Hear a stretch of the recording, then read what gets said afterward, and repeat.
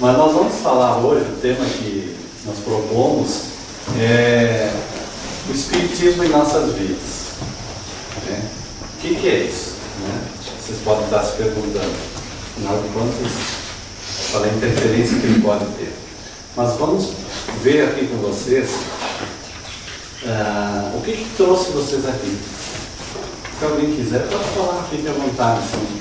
Olha, eu vim porque o Carlos me convidou, eu vim porque eu tive uma doença na família, eu vim porque eu estou doente, eu vim porque eu quero conhecer. Alguém se arrisca aí e fala, pode ficar à vontade, assim.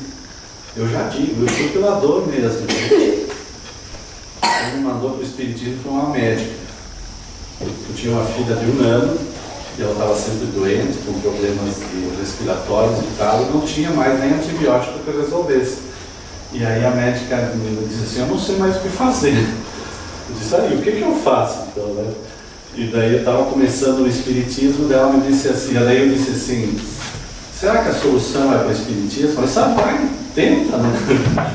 Claro que a gente sabe que não é isso. Então eu fui porque eu fui empurrado. Eu fui porque a dor bateu a porta. Né? Mas quem mais aí que quer? Todo mundo quer, assim, eu vi que vocês estavam falando, estavam sentados na ponta, estava todo mundo aqui, nossa, cara, aquela vibração, né? Aquela vibração. Então fala você. Eu? É. Eu vim aqui porque eu tenho problemas de saúde. Tá. Também vim pela dor. Problema de saúde, né? E tem mais. Eu perdi meu filho assassinado faz 3 meses, por isso que eu procurei o Espírita para me ajudar. Isso é bem bacana. Né? O que é a questão da... O que o Espiritismo fala sobre essa questão que nós achamos que é uma perda, né?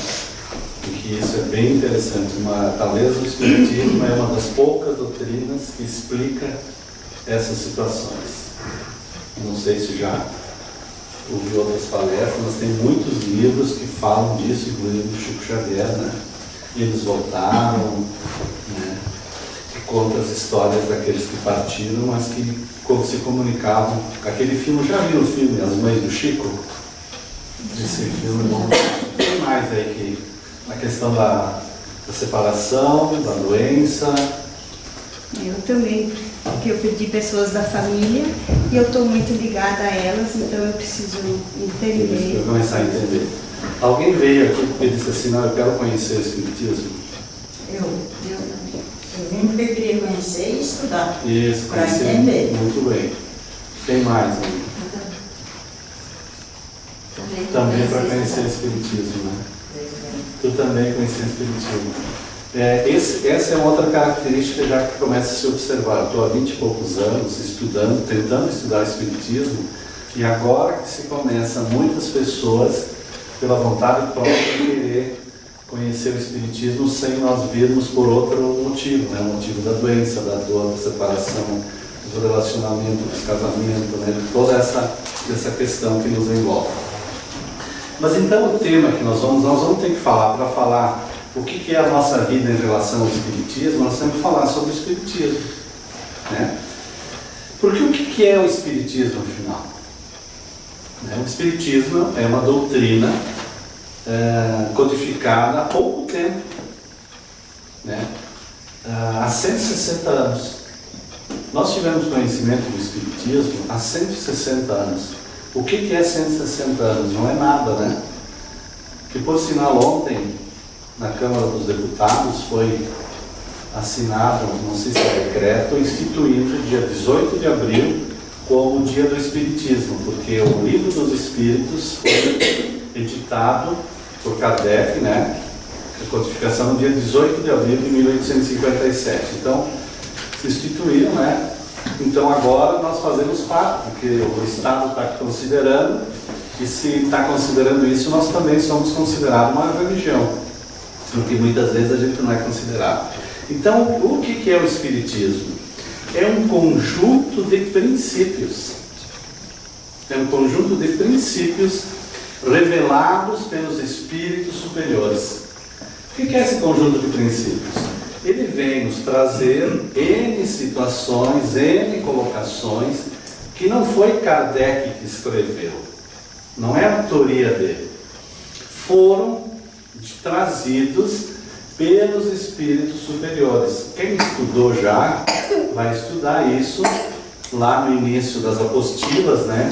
Como é que eram os fenômenos de Eichsfeld, lá do condado americano, que tinha toda aquela questão que as irmãs Fox falavam, como o Mascate que tinha sido assassinado na casa deles, e que daí eles começaram a ouvir pancadas, e aí elas começaram a falar com o Mascate.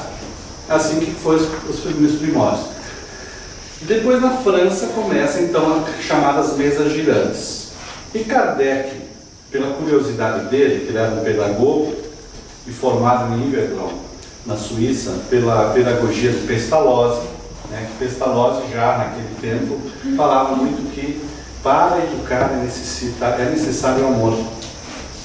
Isso há 200 anos atrás, praticamente. Né? Então o Pestalozzi, ele estuda nesse instituto e ele começa a ir naqueles salões que todo mundo ia lá por curiosidade, né? Então acabava as sessões de curiosidade, as mesas se moviam, elas batiam e davam resposta às perguntas, o A é 1 toque, o B é 2 toques, o C é 3 toques, e assim formavam as frases. Isso era o princípio.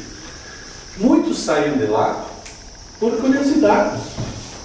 O que levavam para eles? Além da diversão dos salões franceses?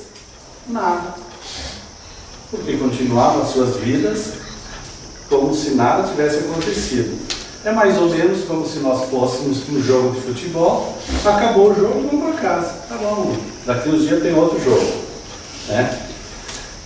E aí, Kardec, que o nome dele é Hipólito Leão Denizado e vai, ele começa a ir naqueles salões e começa a ver assim, poxa, mas por trás disso aqui tem algo muito maior do que as diversões que nós estamos vendo. As mesas se mexendo, as cestinhas escrevendo sozinhas, né?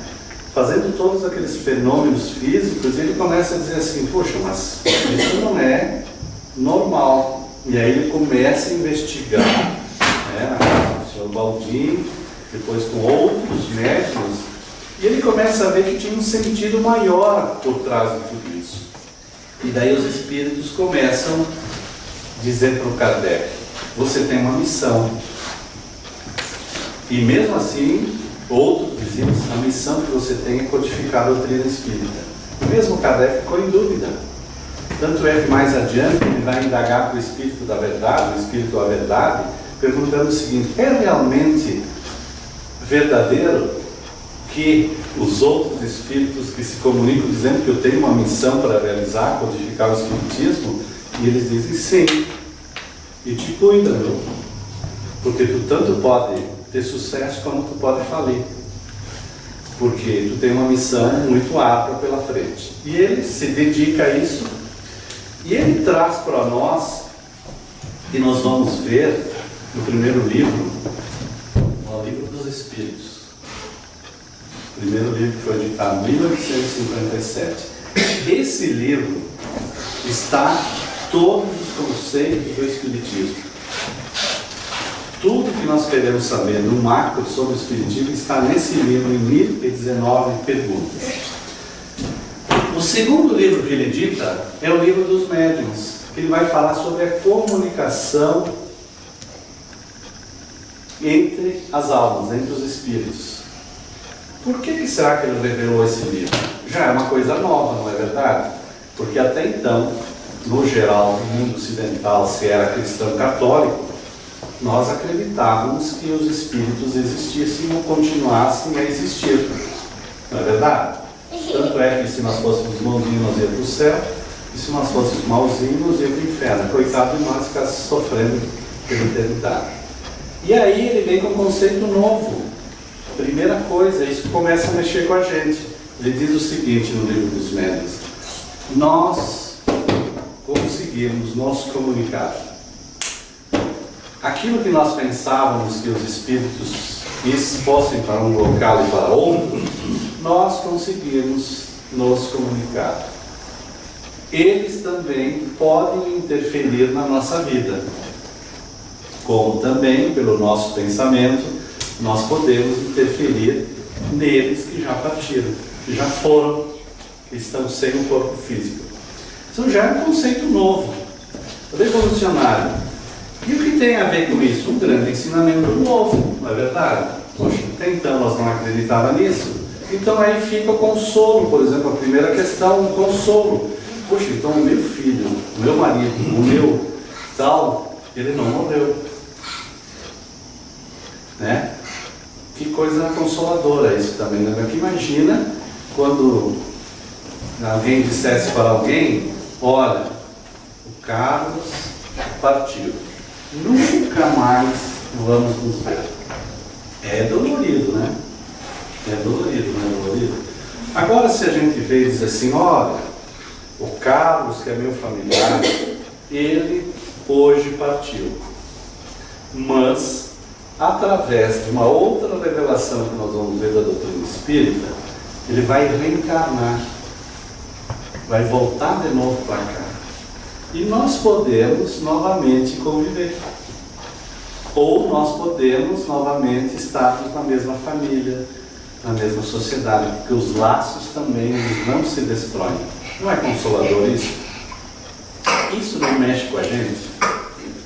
Né? Isso não consola? Claro que sim. O terceiro livro que ele nos traz é o Evangelho segundo o Espiritismo. Quando Moisés vem, ou quando Jesus vem à Terra, ele fala sobre a questão dos 10 mandamentos. E ele diz assim, eu não vim contar nada de novo. Não tenho nenhuma novidade para dizer para vocês. Jesus falando, tudo está nas leis que Moisés trouxe. Quando vem Kardec e os Espíritos nos trazem, eles vêm e nos dizem o seguinte, nós só viemos relembrá-los novamente de tudo quanto já foi dito. Tanto é que se nós estudarmos a Bíblia, principalmente no Novo Testamento, onde vem a questão dos evangelistas, Lucas, João, Mateus e Marcos, nós vamos ver que é exatamente as mesmas ideias, só que nós levamos 2000 anos sem praticá-las. Nós não praticamos. Nós não podemos dizer assim, aqueles lá que viveram no tempo de Jesus ou depois de Jesus, aqueles lá. Não. Era nós. Porque se nós somos reencarnacionistas, se nós acreditamos na reencarnação e nós tivemos muitas existências, quem estava lá há 2000 anos era nós. Só que nós viemos. Então nós não conseguimos ainda entender, interpretar aqueles ensinamentos que Jesus nos deixou lá naquele tempo. Vocês querem ver uma coisa? Gandhi fala isso. Se as nações observassem ou colocassem nas suas constituições dos países o sermão da montanha, não precisava instituir nenhuma lei. Bem-aventurados os aflitos, os sofredores, o amor, justiça, caridade, etc, etc. Então o que foi necessário? Como nós não aprendemos, porque estava lá, o que Jesus veio trazer? Amai os vossos inimigos, fazei bem aqueles que vos perseguem, amar os outros como a si mesmos. Não está tudo aí? Nós amamos hoje aos outros como nós nos amamos a nós mesmos? Não, é difícil. Então nós viemos vindo desde aquele tempo, né? E agora o Espiritismo ele vem e nos traz outros ingredientes, que é a questão de onde é que nós viemos. Qual é a nossa origem? Qual é a nossa origem nossa? O que nós achamos? Nós nascemos aí, por acaso, num baile de carnaval, né? Aí os dois se encontraram, geraram, e naquele momento foi criado aquele ser. Então como é que nós vamos explicar que alguns nascem mais inteligentes, outros menos inteligentes, um com saúde, outro com doença, um branco, outro preto e não sei o quê. Por ser esse Deus está equivocado, não é verdade? Porque ele criou carros inteligentes e eu um idiota com problemas mentais. Que Deus é esse? Aí nós começamos a ver, pela doutrina espírita, que existe uma questão muito maior por trás disso, que nós somos espíritos milenares, que nós somos espíritos que já vivemos, que nós já tivemos outras experiências, que nós tivemos outras atitudes, e que hoje, à medida que nós viemos, nós vamos retomando essa caminhada daqui para cá. E assim nós vamos, né, seguindo. Aí nós começamos, pelo menos do meu ponto de vista, ter uma questão lógica, né? Então, se eu lá não sei quanto tempo aprontei, nada mais justo que hoje eu tenho que vir aqui e reajustar, conciliar. É mais ou menos não passar na prova, vai repetir o ano. E assim vai. Aí tem um pouco mais de lógica e um pouco mais usando a nossa razão. Então, de onde é que nós viemos? Aí nós vamos entender muitas e muitas situações da nossa vida que a gente diz assim, mas como que, de onde é que vem isso? De onde é que vem essa situação da dificuldade que eu tenho? De onde é que vem até muitas vezes uma enfermidade física, que ela vem de lá, que ficou gravada no meu corpo perispiritual, no meu perispírito, e que esse corpo que hoje vem, através desse espírito, eu já trago as suas consequências nesse corpo. Não é o corpo que molda o espírito, é o espírito que vai moldar o corpo. E aí que nós vamos começar a entender que muitas vezes nós viemos com essas situações. Mas a outra questão e grande que tem, essa pelo menos eu nunca dormi direito, depois que nós ficarmos esse período aqui, para onde é que nós vamos?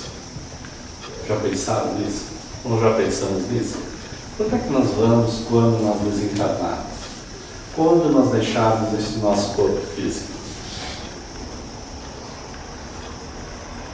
Não é verdade? A gente pensa nisso. Quem vai viajar aqui nos próximos dias?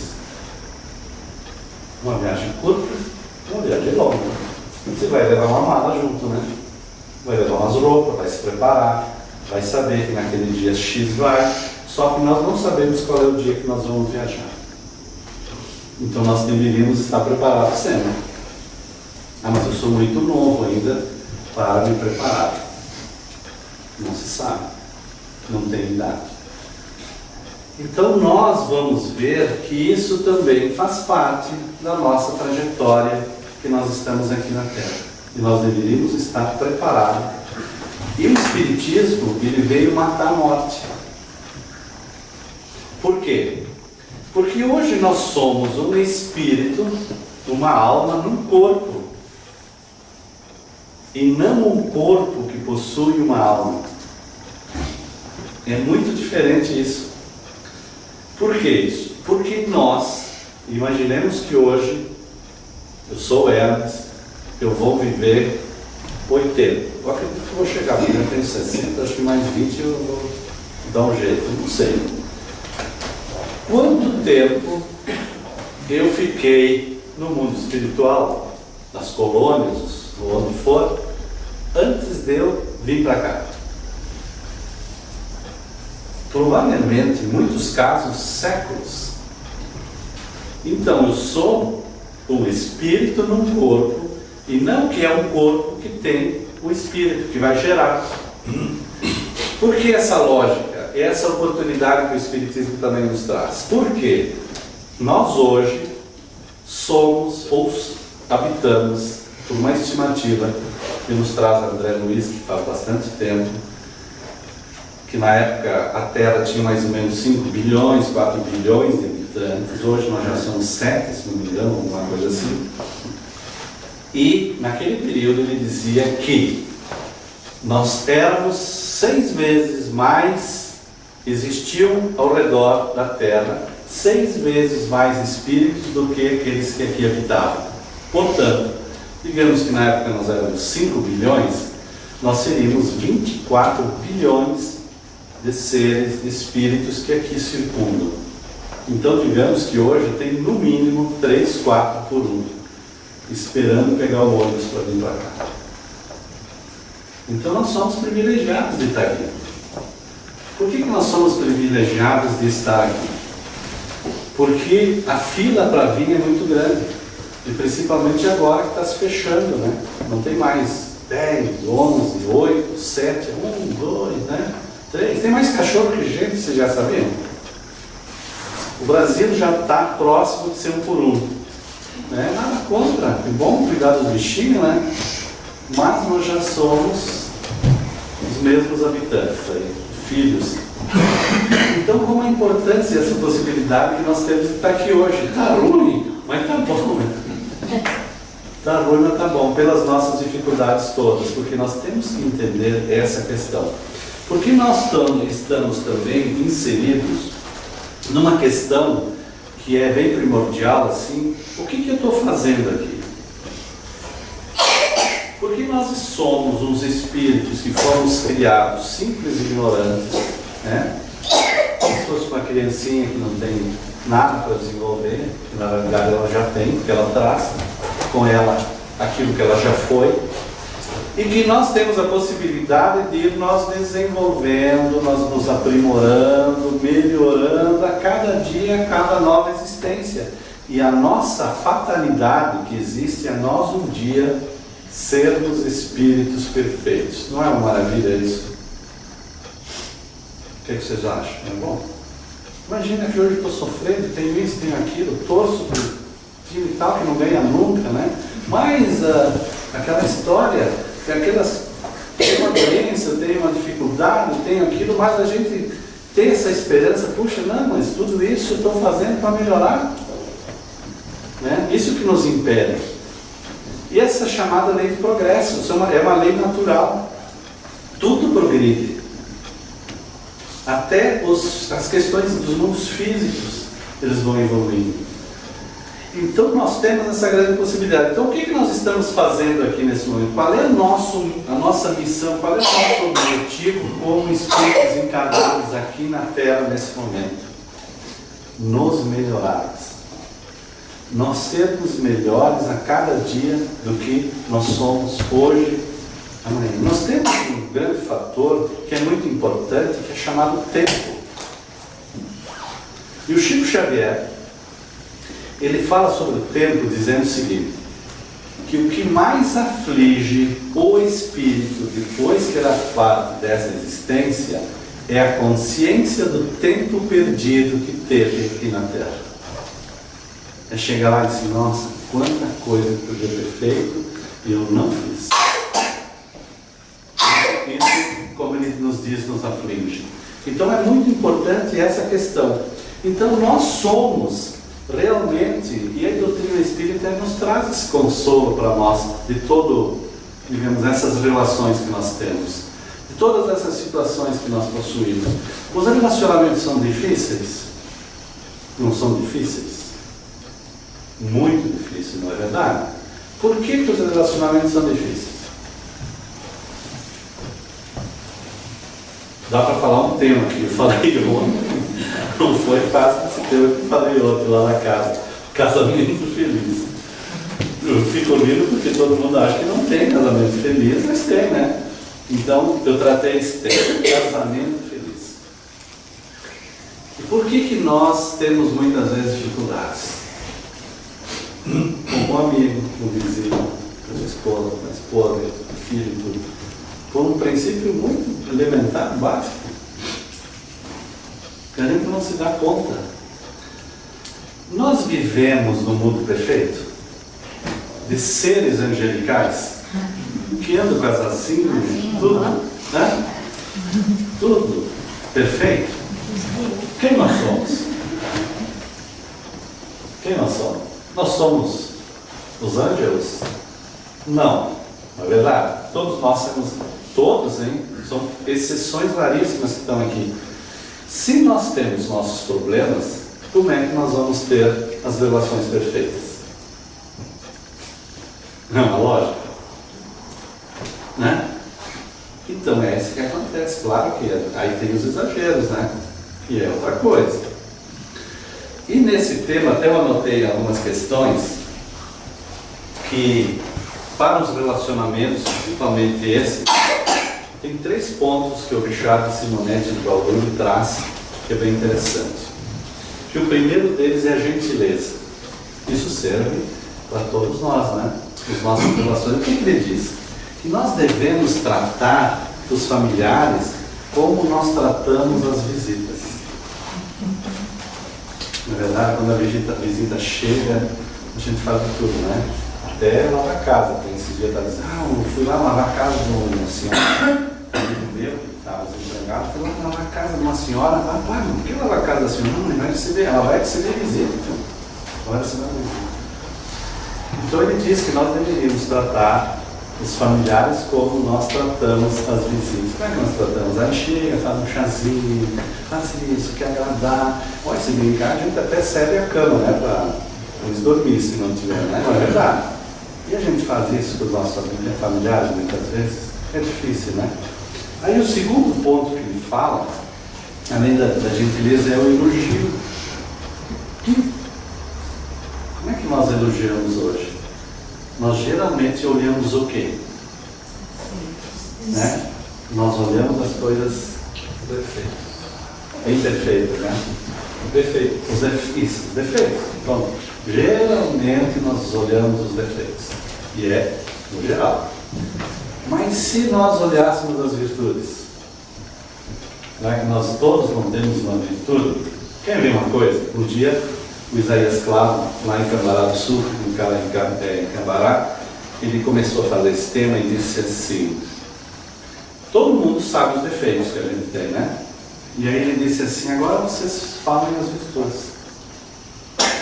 Ele foi ele pediu para mim, só para eu saber que ele ia.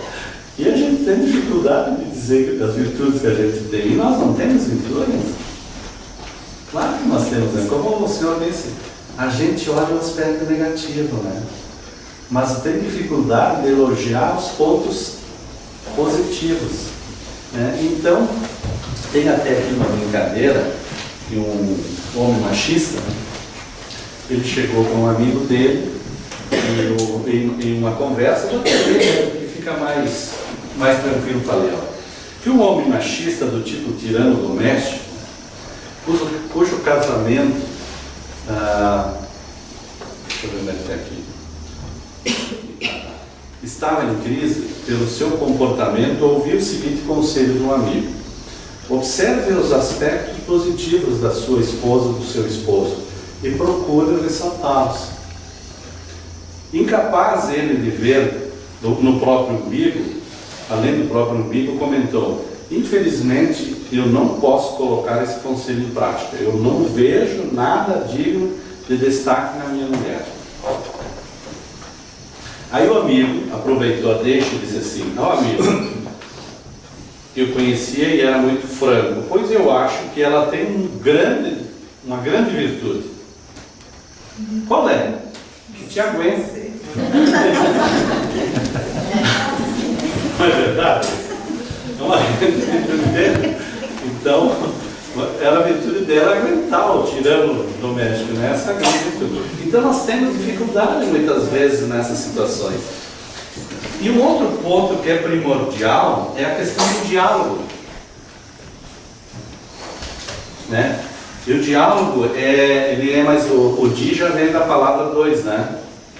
Como é que a gente fala? Tem que conversar com dois, né? Um e outro, porque quando um só fala também fica mais difícil. Então é o diálogo. O que nos falta? A gentileza, é o elogio, é o diálogo, é todas essas relações que muitas vezes nos acontecem. Hoje a gente tem que estar cuidando, porque a gente está dialogando com a televisão. Agora tem o Zap aqui que está tomando conta da gente. Nós viramos escravos. Já tem terapia do WhatsApp? É sério, gente.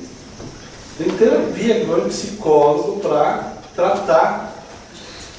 Porque levanta 3, 4 da manhã e vai olhar se alguém mandou uma mensagem no WhatsApp. Não dorme mais.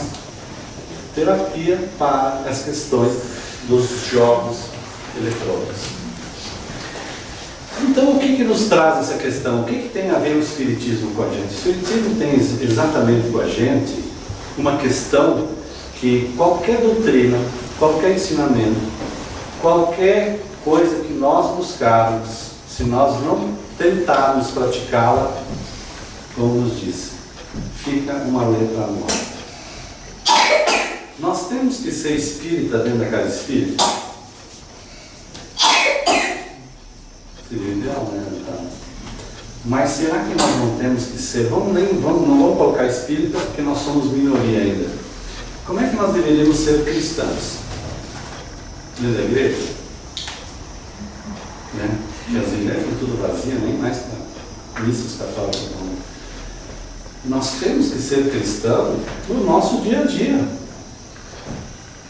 Nós temos que ser espírita cristão no nosso relacionamento em casa. Nós temos que ser cristão, procurar ser cristão no trânsito. Nós temos que ser cristão no trabalho. Nós temos que ser isso seria quase que uma filosofia de vida que nós devêssemos buscar. Porque não adianta, eu vou dizer isso para mim, não adianta ficar rezando muito se a gente não obra. Isso é sério, porque a gente fala para a gente. Fé sem obras, diz o apóstolo Paulo, o que ele disse?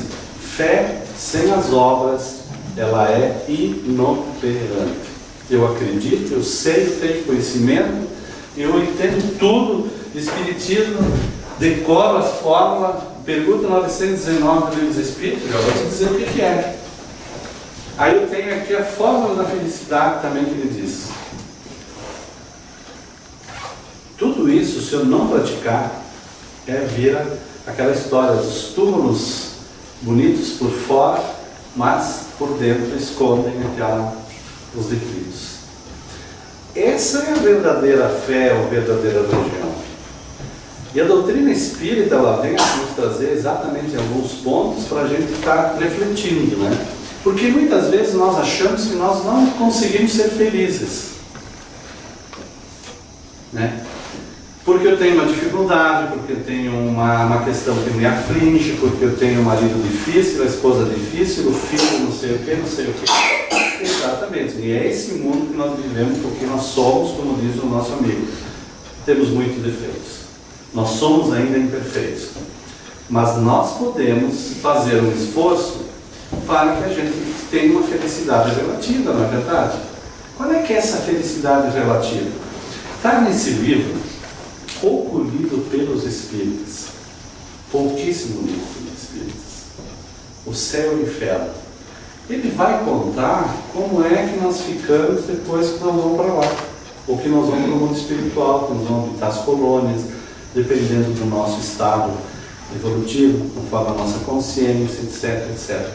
E ele diz assim, qual é a fórmula da felicidade? Tem uma fórmula.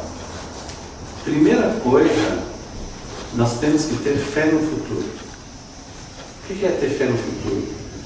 Fé no futuro é acreditar que não vai terminar aqui essa nossa vida.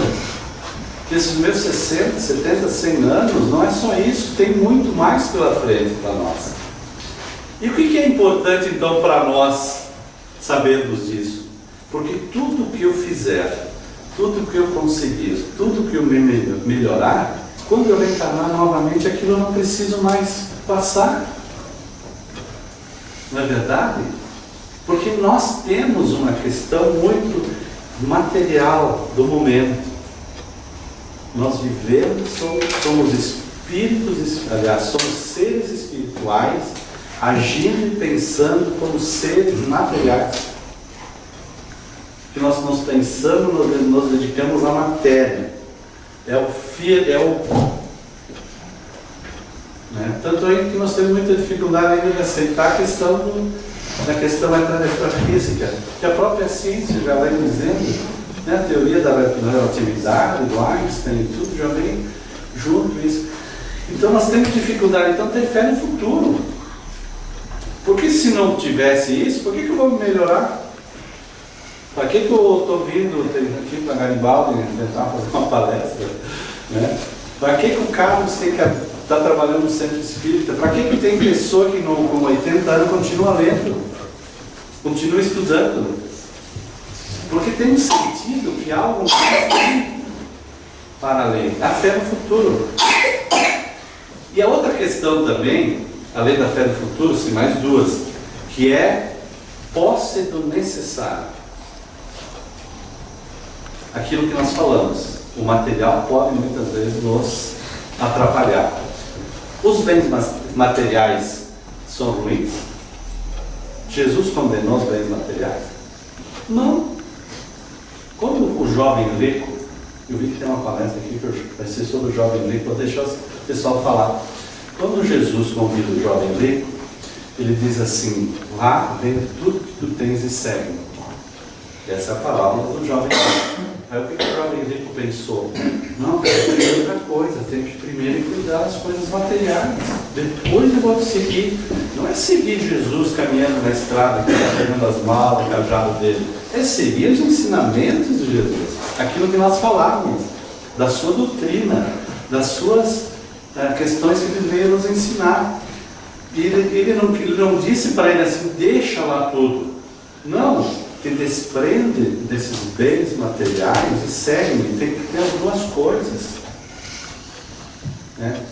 Terceiro ponto para a felicidade, que está nesse livro: consciência tranquila.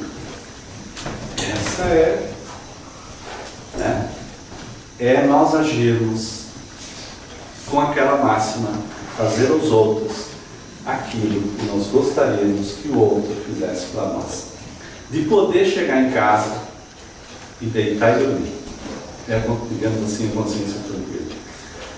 E aí nós ficamos muitas vezes pensando, ficamos até irritados, porque, nossa, cara, e realmente, se a gente ligar a televisão, tu entra no clima, né? Porque estão fazendo isso, estão fazendo aquilo. Vamos pagar as contas um dia. Nada passa despercebido e o que se faz um dia se desgasta. Não tenhamos dúvida disso. Não tenhamos nenhuma dúvida. Então a consciência tranquila de nós agirmos com retidão, de nós agirmos corretamente, de nós agirmos na ética, nos princípios, etc, etc. Por isso que Buda, ele falava sempre, o budismo, o Buda sempre fala o seguinte, que nós deveríamos seguir o caminho do meio, nem para um lado nem para o outro. E daí ele diz assim: crer, viver corretamente, agir corretamente, falar corretamente, meditar corretamente. A doutrina budista é focada nesses pontos que Buda, o Mahatma Gautama, nos trazia exatamente o caminho do meio. E como nós vamos ver, então veja que a relação nossa com a doutrina, com o espiritismo, com o mundo cristão, é uma questão nossa de foro íntimo da busca que nós fizemos. Vocês não vieram aqui por acaso. A gente vem para buscar alguma coisa diferente, ou é uma força, um consolo para aquilo, para as nossas dores, que é ótimo, é isso mesmo. Né? Mas nessa questão também nós vamos nos instruir, nós vamos aprender coisas novas, está aberto. E daí nós vamos ver uma outra coisa muito importante dentro desse contexto que nós vivemos, que é uma passagem também que diz assim: fora da caridade não há salvação. Sem aquela questão da caridade. Não é caridade material, é a questão da caridade moral, da questão da caridade espiritual. Né, que nós temos do sentimento, da conversa, daquela questão do querer bem, de até orar para os outros. Né? E aí, no Evangelho segundo o Espiritismo, ele vai nos trazer o que é essa questão de fora da caridade não tem salvação, não há salvação. Não é só é para nós ainda continuarmos nós nos melhorando. E daí ele diz assim: benevolência para com todos, sermos bons para com todos, no nosso trato, nas nossas ações, né? Não é uma questão de caridade, é ser bons para com todos. Indulgente para as imperfeições alheias. Como nós não estamos no mundo perfeito, de espíritos perfeitos, nós teremos junto de nós, em todas as situações, seres que não são perfeitos, que nem nós. Portanto, que nós temos que entender o momento em que cada um se encontra, o momento em que cada um tem um modo de pensar, um modo de agir, um modo de conviver. Porque muitas vezes nós queremos que os outros façam exatamente aquilo que a gente gostaria que eles fizessem. E nós não vamos conseguir isso. Nós geralmente nos preocupamos com os outros. Nós temos que nos preocupar com nós. E não é egoísmo. É uma caridade para nós. A preocupação que nós temos é estar bem conosco. E não é egoísmo isso. Por quê? Porque se nós não estamos bem, como é que nós vamos ajudar os outros? Se nós não estamos bem, como é que nós vamos ter equilíbrio? Se nós não buscarmos o melhor para nós nesses termos, como é que nós vamos poder estar tratando bem as pessoas? E a última delas é perdoar as ofensas. Essa é mais muito difícil. Por quê? Porque isso também vai colocar que tem um livro até Educação do Sentimento, do João de Camargo, que ele diz assim, que se não existisse o perdão nas relações e na Terra, não seria um mundo possível de ser habitado. Então, a questão de perdoar não significa desculpar, esquecer, é perdoar. Exatamente muito relacionado com a questão da indulgência. Então, se eu fiz algo por Carlos, pode ser voluntário ou não, mas a caridade que ele pode fazer comigo é me perdoar.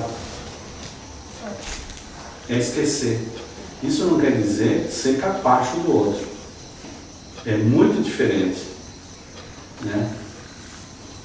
Como dizia o Isaías Claro, que era promotor de justiça. Tem casos que tem que ser a polícia que tem que resolver mesmo. E isso não é falta de caridade. Né? Então nós temos que ter o perdão, mas ele, claro, dentro daquele limite nosso de convivência. Então essa seria a nossa fórmula, né, que nos traz o Evangelho segundo o Espiritismo, que é a caridade. E o quinto livro do Kardec é a Gênese. Menos lido ainda das pessoas. Nossa, esse livro aqui é fantástico, que vai se falar sobre a criação das coisas, como é que o mundo foi criado, como é que os seres foram criados, que nós nunca soubemos e não temos esse entendimento das coisas. Vai se falar também lá no capítulo 14 sobre a questão dos fluidos, como é que se processa a questão das melhoras, das curas. E é um livro que são 5 obras. As outras 3.000 há 10 anos atrás, eram 3.000 obras complementares, aqui deve ter umas 100, né, mais ou menos. Tem mais de 4.000 obras espíritas já editadas. Elas vêm explicar os 5 livros. Às vezes, um pequeno títulozinho, aí ele vai falar. O essencial está aí. Por isso que nós, espíritas, ou quem quiser, tem que estudar as obras básicas. Aí que está a essência da doutrina. Tá bom? Já quase passei do tempo aí, né? Senão não vai me perguntar mais, não. Então agora, pessoal, vamos fazer uma oração. Interessante isso, que é da oração. No livro do Evangelho segundo o Espiritismo, lá no final, ele tem uma parte que fala coletâneas das preces espíritas. E ele fala da questão da prece, ou que a prece, que é um ato de adoração a Deus, mas é o momento em que nós podemos criar a possibilidade que os Espíritos nos venham socorrer dentro das nossas necessidades. Nós ainda não sabemos o que é o poder da oração, o poder da prece. E não é espírito que está dizendo. Alguém conhece o médico Luquezzi? Inclusive ele falou que ele é um cardiologista. Ouçam, assistam e leiam os livros desse cara. Ele é católico, fervoroso. Mas fala diretamente, claro, que a questão da oração é muito importante para a questão da saúde. Né? Ele fala, o Fernando Luquezzi. Né? Então não é só o espiritismo, os cristãos que estão dizendo que é bom. A medicina está dizendo isso já também, né? Essa questão da